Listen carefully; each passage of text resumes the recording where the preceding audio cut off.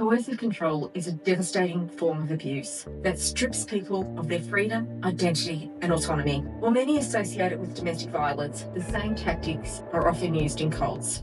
Hi, I'm Renee. I'm a teacher and a mental health practitioner. And since losing my daughter to a destructive cult, I've made it my mission to raise awareness of coercive control in high-demand groups.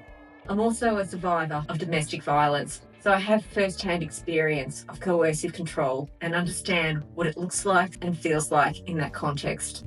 A commenter also recently remarked that the dynamics of coercive control in cults is the same as in intimate partner relationships, which I totally agree with.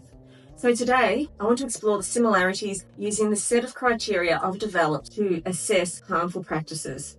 My criteria includes authoritative leadership, control over information, deception, exclusive knowledge, exploitation, the use of fear, guilt, and intimidation, isolation, micromanagement of daily tasks, monitoring thoughts and/or behaviours, the use of punishment and discipline, thought reform tactics, and an us versus them mentality. Okay, let's delve in deeper to each one of these, illustrating how both cults and abusive domestic relationships employ these tactics to exert control over their victims. Starting with authoritative leadership. Cults are often led by charismatic figures who demand absolute obedience, presenting themselves as infallible and discouraging any form of dissent.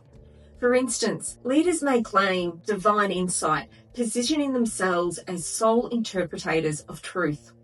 In domestic abuse, an abusive partner may assert dominance by making all the decisions, dismissing others' opinions, and enforcing strict rules within the household. This creates an environment where questioning the abuser is met with hostility or punishment. Control over information. Cults restrict access to external information, censoring media, literature, or communication that contradicts the group's teachings. This ensures members remain uninformed about the outside world, fostering dependency on the group for knowledge. In domestic abuse, an abuser may isolate their partner from friends and family, monitor communications, or control access to information sources like the internet, thereby limiting exposure to differing viewpoints and support systems. Deception.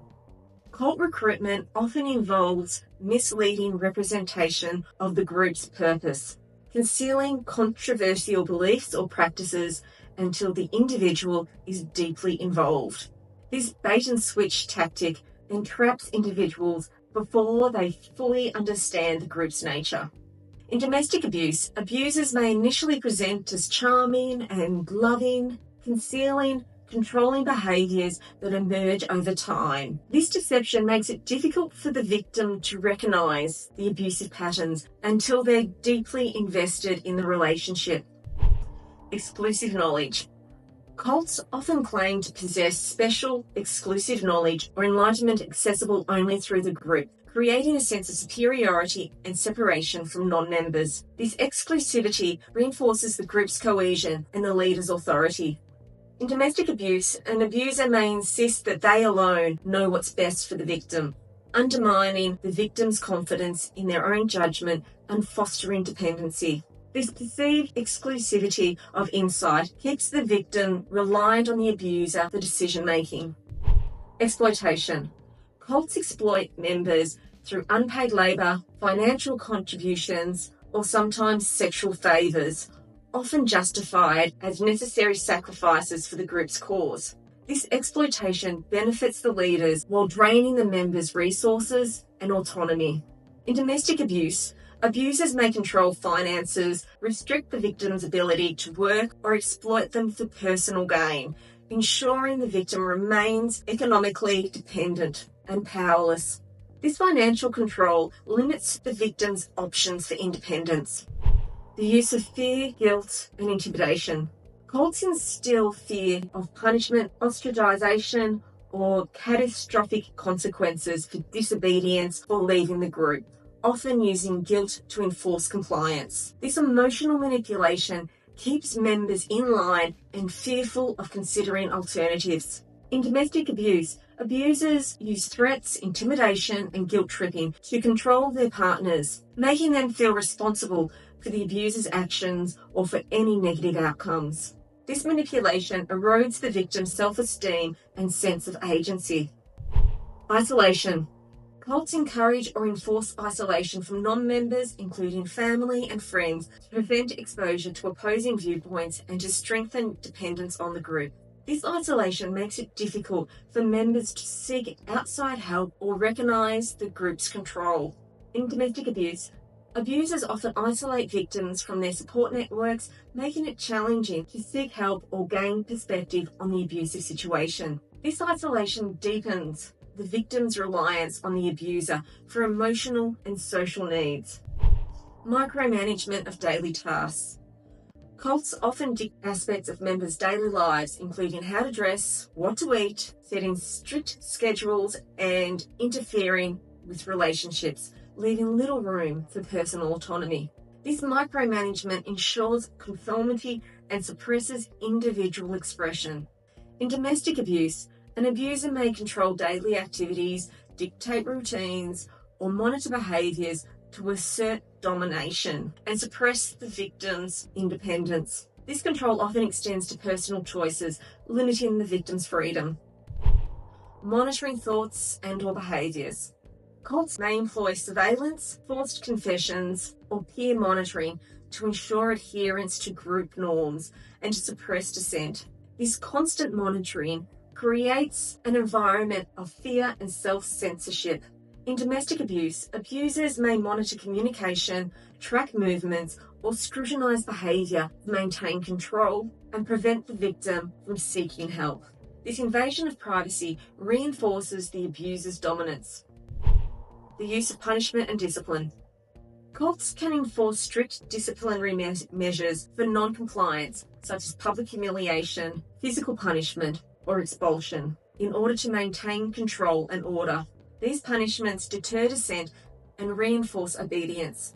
In domestic abuse, abusers may use punishment including emotional abuse, physical violence, or financial restrictions to enforce rules and assert control over their partner. This creates a cycle of fear and submission. Thought reform. Cults utilize indoctrination techniques such as repetitive teachings or chanting or controlled environments to reshape members' beliefs and identities to align with the group's. This thought reform suppresses critical thinking and individuality. In domestic abuse, abusers may employ gaslighting and psychological manipulation to alter the victim's perceptions, making them doubt their own reality and accept the abuser's vision of offence. This manipulation erodes the victim's sense of self and reality. The us versus them mentality. Cults often promote the idea that their group is special or chosen or superior, while outsiders are seen as misguided, evil, or inferior. This narrative fosters loyalty to the group and alienates members from the outside world. For example, members may be told that leaving the group will result in spiritual ruin or punishment. This black and white worldview makes it difficult for individuals to question the group's teachings or consider leaving. In domestic abuse, abusers frequently isolate their victims by creating a similar us versus them mentality. They may convince the victim that no one else understands or cares for them, or that outsiders are a threat to their relationship. This isolation reinforces dependency on the abuser and discourages the victim from seeking help or building connections outside the relationship. The similarities between coercive control in cults and domestic violence highlight the universal nature of manipulation tactics used to dominate and suppress individuals. By understanding these shared features, we can better recognise the signs of abuse in all contexts and support those affected in reclaiming their freedom and individuality.